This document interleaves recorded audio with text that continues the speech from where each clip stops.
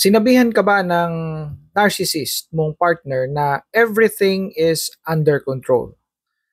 So, kapag meron kang sinasabi sa kanya o inirereklamo o kailangan, sinasabi sa'yo lagi na, don't worry about that. Everything is under control. Paano itong ginawa mong pagtataksil sa akin? Hindi pa ito nagkakaigi. Eto, tuloy pa rin yung kawalanghyan mo. Don't worry. Everything is under control. O ito, nag-chat na naman itong babae na to. Sabi mo sa akin, tinapos mo na yung relationship mo sa kanya. Don't worry. Everything is under control. Itong bahay natin, sinangla mo. Hindi pa kakaigi itong bahay na to. So, ano na to? Paano na to? Don't worry. Everything is under control. Yung savings natin, ginastos mo. Paano na yan?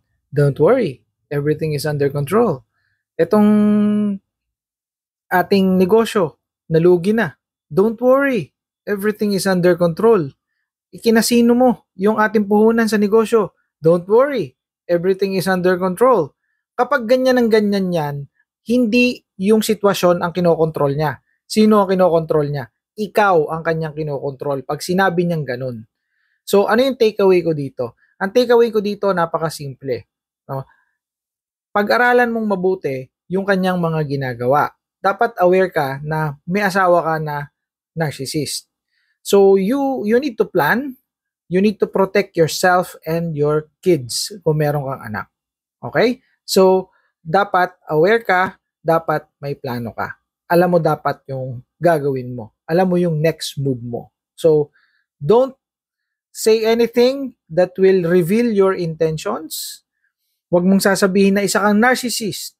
Huwag mong sasabihin na ikaw ay ganito, ikaw ay ganyan. No. Keep it secret. Plan, and then execute your plan. That's the best way. See you in my next content. Bye for now.